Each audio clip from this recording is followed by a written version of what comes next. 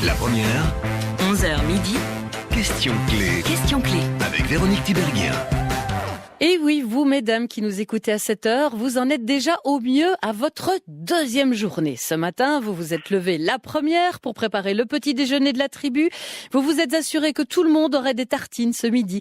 Vous aviez préparé les vêtements du plus petit, vous avez rangé la vaisselle et vous avez fait en sorte que la maison soit au minimum clean avant de partir au boulot. Là, vous avez entamé votre deuxième journée.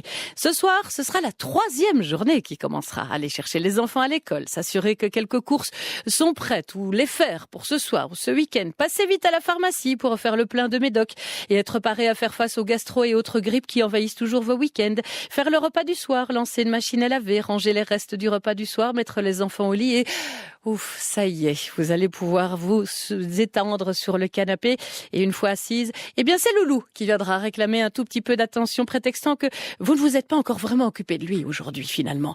C'est votre quatrième journée qui commence. Oui, celle-là, on ne la boude pas toujours, effectivement, mais quand même. Et tout cela, eh bien vous allez le faire la tête haute, le cœur vaillant, parce que vous êtes une mère, vous êtes une amante, une amie, une super pro du boulot et en plus, vous y prenez souvent du plaisir à aider, faire, dire, accomplir, produire, nourrir, maîtriser, anticiper et réussir. Surtout là où d'autres échouent, parce que ça vous met le kiff, évidemment. Il paraît que c'est même un sentiment addictif. Dois-je vous rappeler qu'aujourd'hui, c'est la journée mondiale de la procrastination. Et si nous y mettions un tout petit peu de temps en temps sans culpabiliser, quoi de plus normal donc de vous parler aujourd'hui du syndrome de la superwoman. Bonjour Anne Boutelan. Bonjour Véronique. Vous êtes maman de 5 enfants, vous allez déjà me faire rougir et me faire sentir coupable. Vous menez de front une vie professionnelle intense dans le secteur de la communication. Vous naviguez avec aisance dans la nouvelle vie de divorcée que vous avez. Et en plus, vous écrivez des livres, notamment ce Trop bonne, trop conne pour ne plus jamais être prise pour une poire. Vous revenez évidemment sur ce syndrome de la Wonder Woman. Alors c'est quand même dingue parce que j'ai l'impression que c'est pas vraiment de génération en génération et que c'est assez propre finalement à notre génération, à nous, d'être des superwoman. C'est vrai que aujourd'hui on a le volet supplémentaire que nos mères et nos grand-mères n'avaient peut-être pas, qui est le volet boulot, qui nous prend quand même 8 heures, 10 heures par jour, qui vient quand même grignoter sacrément nos journées qui sont du coup complètes et qui nous font courir comme des petites folles dans la rue, avec effectivement le sac de courses dans le métro en rentrant le soir, le dîner des copains à préparer, la sortie d'école quand même qu'on essaye de faire parce qu'on est tout le temps coupable, parce que finalement on veut être des super mamans, des super nanas au boulot, une super amante ou femme, voilà, on a quand même des casquettes, on est multicasquettes. Et nos mamans peut-être n'avaient pas ce côté-là, en tout cas plus rarement que nous, en sachant que maintenant les nanas, on bosse et on veut s'accomplir aussi dans le boulot. Donc ça nous fait effectivement mener de front beaucoup de choses. Et beaucoup de journées en une seule, évidemment, avec beaucoup de casquettes à mettre et à échanger au fur et à mesure de la journée qui passe. Et des casquettes, et alors ça, c'est quelque chose que je trouve très bon dans votre ouvrage Trop bonne, trop conne, paru aux éditions Marabout, c'est que finalement, le plus souvent, on y prend, si pas du plaisir, en tout cas, un certain sentiment de satisfaction. Ah, mais on adore être utile, on adore que nos enfants nous appellent quand ils ont un bobo, on adore que notre patron nous dise « mais t'es génial, il faut que tu sois aux réunions demain matin à 8h30 parce que si tu n'es pas là, on s'en sortira pas », on adore que notre mec ait besoin de nous et besoin qu'on lui fasse la danse du ventre le soir, on adore être complète. Ça nous remplit. Donc bien souvent, on pète une petite durite de temps en temps parce qu'on n'en peut plus, parce qu'on se fait souvent passer derrière tout le monde. Donc il y a un moment, la cocotte minute explose, mais ça nous remplit. On a besoin, je pense, et on se met, nous, les femmes, dans des situations où on a besoin d'être utile. Voilà. Et ça nous fait vivre des vies, effectivement, 5 vies en une journée. Et on est crevé et parfois on en a ras-le-bol. Donc effectivement, dans Trop bonne, trop conne, d'une façon assez humoristique, parce qu'il faut en rire, parce que finalement, la vie qu'on se fait, on se la fait. Il faut apprendre à surfer dans toutes ces vies-là et en rigoler et trouver quand même des petits dérivatifs pour de temps en temps souffler et s'occuper de nous. C'est ça, parce qu'on s'oublie évidemment dans cette histoire le plus souvent et c'est ce qu'on va apprendre avec vous aussi dans quelques instants, juste après Lisa et la Cavale. Jusqu'à midi, Véronique Tiberghien. Question clé. Question clé. Sur la première. Anne Boutelan est avec nous pour nous parler de ce syndrome de la super et de la Wonder Woman, avec aussi cet ouvrage Trop bonne, trop conne pour ne plus jamais être prise pour une poire aux éditions Marabout, une espèce de journal de bord où l'on suit parfois minute par minute les tribulations d'une maman qui doit à peu près tout assumer et qui explique comment elle vit évidemment tout cela avec à la fois beaucoup d'humour mais aussi beaucoup de tendresse. On s'y retrouve très certainement à de nombreux moments de nos propres journées et ce journal de bord, eh bien, on le suit pendant une bonne semaine, agrémenté bien sûr aussi de l'avis des psys sur la question. Et alors, il y a quelque chose évidemment qui revient, mais constamment dans cette histoire, c'est le sentiment de la culpabilité. Parce que si on trouve satisfaction finalement à aider, à être dans cette construction comme ça de la journée et à venir auprès de tout un chacun pour l'aider aussi à construire sa propre journée, eh bien, il y a toujours ce sentiment de culpabilité que finalement, si on ne le fait pas, c'est grave. Alors, oui, la culpabilité est un sentiment qu'on a toutes à longueur de temps. C'est-à-dire qu'on est au boulot, on culpabilise de ne pas être avec nos enfants, on est avec nos enfants, on culpabilise de ne pas terminer le dossier urgent pour le lendemain. Alors, il y a un truc très important à savoir, si on veut positiver tout ça, c'est que la culpabilité est un sentiment naturel. C'est un garde-fou qui nous protège d'un sentiment de toute puissance qui nous amènerait à faire n'importe quoi.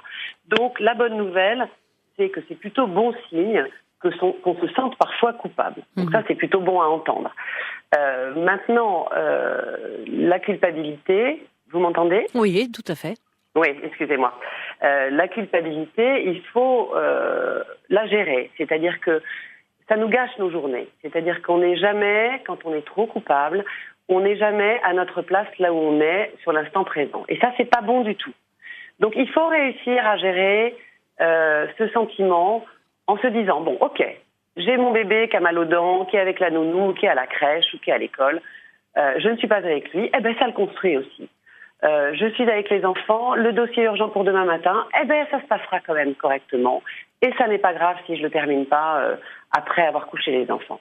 Il faut réussir à gérer ce sentiment positivement. Il faut pas que ça nous gâche la vie parce que finalement, avoir toutes ces vies en une, eh ben c'est nous qui l'avons choisi, ou c'est la vie qui est comme ça.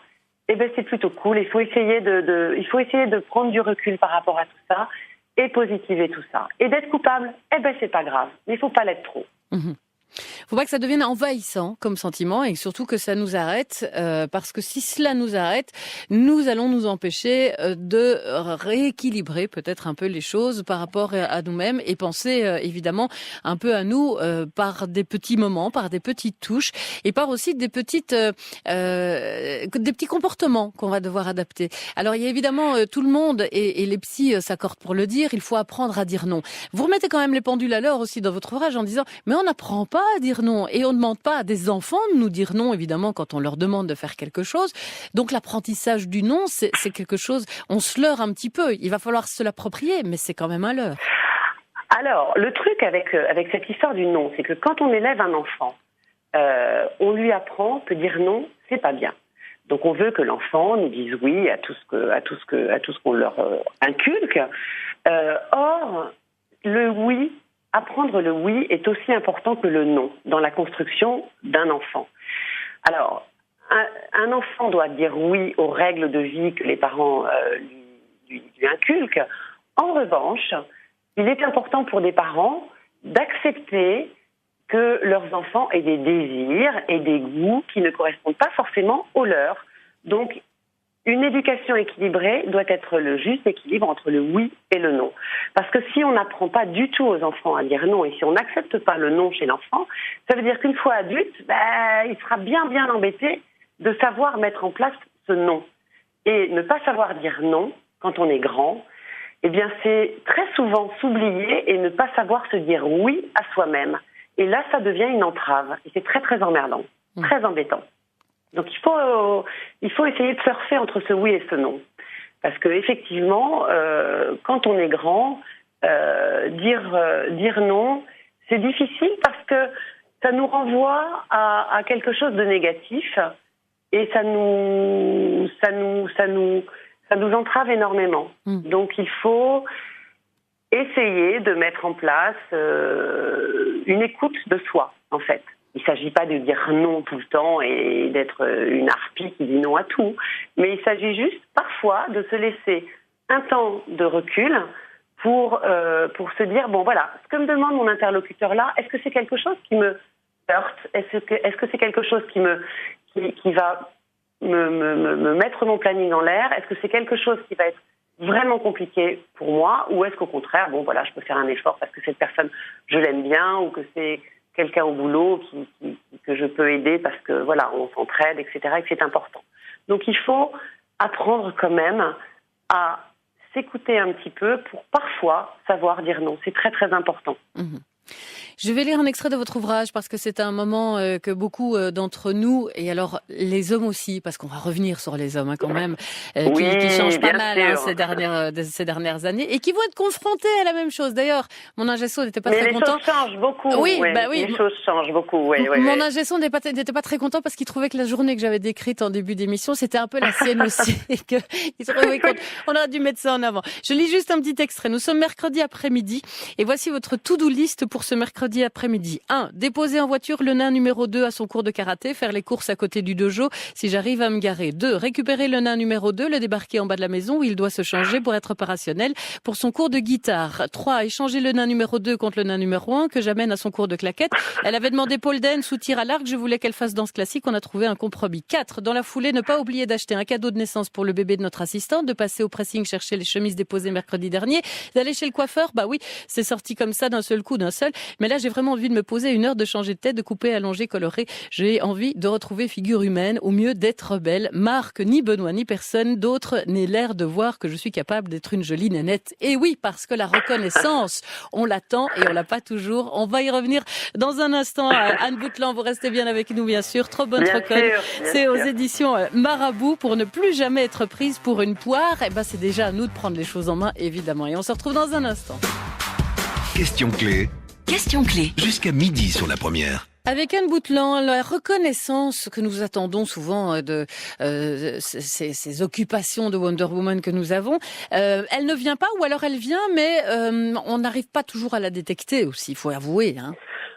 C'est vrai, on n'arrive pas toujours à la détecter, mais c'est vrai que faire beaucoup de choses et rendre service et être une mère présente et une femme aimante et une collègue géniale, etc., ne pose pas en soi un problème du tout parce que ça nous remplit, ça nous donne une légitimité et bien souvent ça nous plaît, comme vous le disiez tout à l'heure.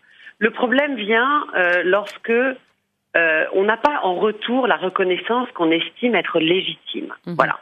C'est quand les mômes nous disent pas que notre dîner a été bon, que notre mari ou notre compagnon ne voit pas qu'on a changé de tête justement qu'on sort de chez le coiffeur, quand notre patron ne nous gratifie pas d'un super, ta présentation était chouette. Là, on est renvoyé à une image négative qui ne nous va pas. Et c'est à ces moments-là qu'on n'est pas contente et que les choses sont déséquilibrées. Donc il faut effectivement ouvrir nos oreilles et savoir détecter les signes de reconnaissance, mais parfois il n'y en a pas. Et c'est à ce moment-là qu'il faut taper des poings sur la table en disant « Hé les cocos, moi je suis pas, justement je suis pas trop bonne troconne. Je suis une personne à part entière, il faut me respecter dans mon intégrité. » Voilà. Et là, voilà, on avait perdu la personne que vous décrivez ici, hein, et qui nous fait son journal de bord pendant la semaine. Il y a des moments, elle pète réellement un câble, hein. Oui, il y a des moments, elle pète réellement un câble parce qu'en fait, elle est renvoyée à l'image d'elle-même qui ne lui plaît pas. Et donc, elle a envie de s'aimer elle-même parce que entre le début du lundi matin jusqu'au dimanche soir, il y a quand même une grosse remise en question et une grosse progression. Qui vient d'elle-même, qui vient de ses copines, des discussions qu'elle peut avoir avec ses copines, de ce qu'elle voit autour d'elle, de sa vie au boulot, de sa vie à la maison. Et effectivement, à un moment, elle s'est dit, mais mince alors, j'aime tout le monde, mais est-ce que je m'aime moi suffisamment pour me protéger moi de tout ça ? Et en fait, la première personne avec laquelle il faudrait se sentir en harmonie, c'est soi-même. Et c'est à cette condition-là qu'on ne peut être bien avec les autres. Donc il faut se protéger soi-même et être gentille et aimante avec soi-même. Et ça, on l'oublie souvent, parce qu'on est Voilà, on est cool avec ses mômes, on est cool avec tout le monde, on rend service à ses copines, on rend service à ses parents, on rend service à tout le monde. On est omnipotente, mais finalement, on s'oublie dans l'affaire. Et en fait, ce livre, c'est ça. C'est comment apprendre à ne pas s'oublier. Il ne s'agit pas de nier les autres, ni d'être négatif avec les autres, mais il faut être positif avec soi-même. Et il faut s'aimer soi-même pour avancer le plus harmonieusement dans cette vie multicasquette que nous menons aujourd'hui. Et pour en revenir à ce que vous disiez tout à l'heure sur votre ingé son, je suis d'accord avec lui. Les hommes sont amenés aujourd'hui, du fait de la garde partagée de plus en plus fréquente, du fait des séparations, etc. Les hommes sont amenés à avoir des vies, ne serait-ce qu'une semaine sur deux, qui sont très semblables aux nôtres. Et c'est vrai que les hommes sont confrontés à ça aujourd'hui, beaucoup plus qu'avant aussi. Et j'aime bien le passage aussi que vous décrivez. Je dresse la table dans la salle à manger pour le dîner et prépare tout dans la cuisine. Méga apéro, blanquette de veau, pommes vapeur, plateau de fromage et mousse au chocolat. La seule chose que je demande à Benoît, c'est de descendre à la cave pour remonter du vin. Il m'explique qu'il a trop mal aux jambes, qu'il pense pouvoir y descendre, mais pas sûr de pouvoir en remonter. Voyons, il ne manque plus que des béquilles. Mon regard assassin lui fait comprendre qu'il ne faut pas pousser le bouchon trop loin. Il s'exécute en claudiquant. Ah tiens, ça marche quand je prends un air un peu méchant et que je ne donne pas le choix. Ça ne lui fait pas de mal que je le secoue de temps en temps. Je me demande vraiment pourquoi je ne le fais pas plus souvent. C'est ça aussi. Et c'est pareil avec les enfants. Mais bien sûr, mais c'est pareil avec les enfants. On a aussi un tort, les femmes, c'est qu'on a l'impression d'être les seules à pouvoir faire les choses. Mais oui. Voilà. Donc, on explique, par exemple, on donne une liste de courses à notre Jules qui nous propose très gentiment d'aller faire les courses. De son propre chef, il décide de ne pas acheter des artichauts, mais d'acheter des haricots verts. Bon, voilà. On lui dit, attends, je t'avais demandé des artichauts, t'achètes des haricots verts. Bon, ce qui n'est pas grave en soi. Bon, la fois d'après, il va rechigner peut-être à aller faire les courses. Puis la fois d'après, on va lui dire, écoute, tu sais pas faire des courses, j'y vais moi-même. On se met nous-mêmes dans des situations comme ça.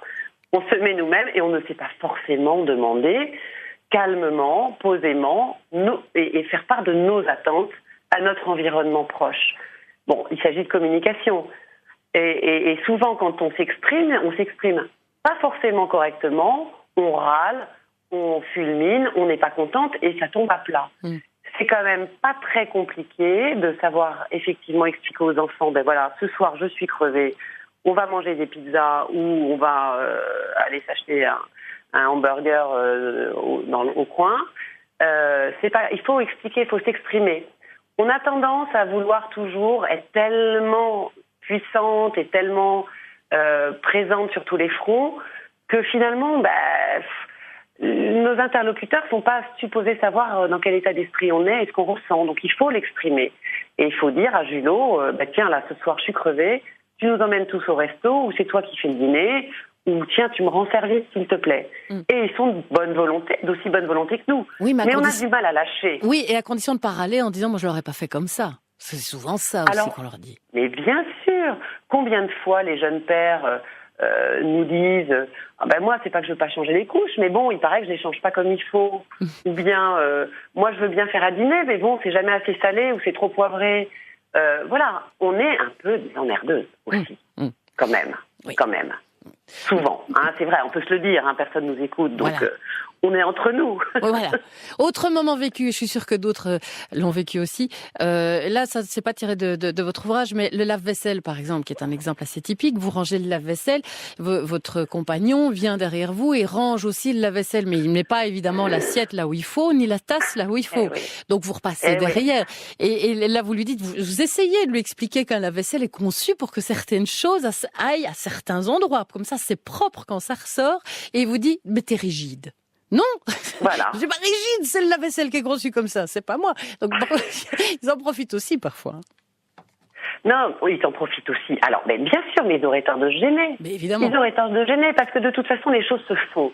Parce que on ne supporte pas que les choses soient pas impeccables, on ne supporte pas que les choses doivent être faites dans l'ordre, on ne supporte pas ça.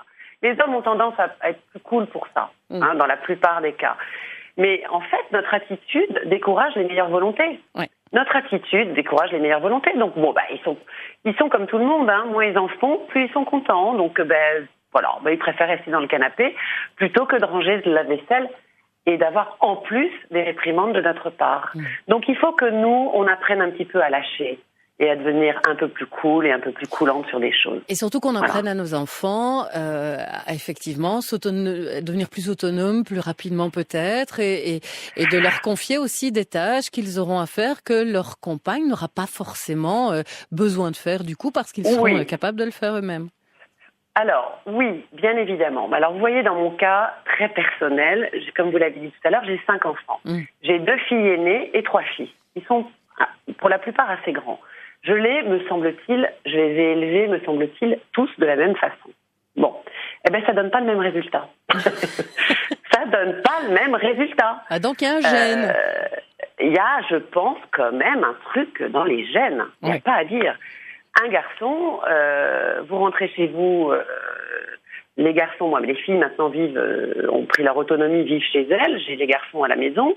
Vous rentrez le week-end, les garçons, il y a les croûtes de pizza qui traînent dans les coins de la cuisine, il y a les chaussettes par terre dans leur chambre, etc. Ça ne les gêne absolument pas. Les filles, c'est au cordeau. C'est au cordeau.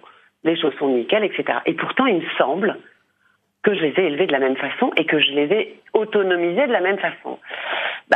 C'est pas pareil. Alors, au niveau de la nourriture, oui, ils savent se faire à manger tous. Les filles comme les garçons. Mais au niveau du rangement, au niveau de la rigueur, de l'intérieur, etc., c'est pas vécu de la même façon. En tout cas, on ne pourra pas dire, Anne Boutland, que vous n'avez pas fait votre possible. Voilà. On le dira en tout cas. On le dira en radio. On l'a dit devant tout le monde, voilà. Anne Boutland, avec Trop bonne, trop conne, c'est paru aux éditions Marabout. Pour ne plus jamais être prise pour une poire. Vous le donnez dans les mains de vos enfants aussi, cet ouvrage, parce qu'en plus c'est drôle, mais c'est plein d'enseignements. Je vous remercie beaucoup d'être intervenue dans cette émission, Anne Boutland. Merci. Et je vous souhaite Véronique. bon courage pour la suite, évidemment. Merci beaucoup Véronique et bon courage à vous. On pense beaucoup à nos amis belges aujourd'hui et en ce moment très très fort. C'est très et gentil. On vous embrasse tous. Merci beaucoup et à très vite, je l'espère. Au revoir. La première.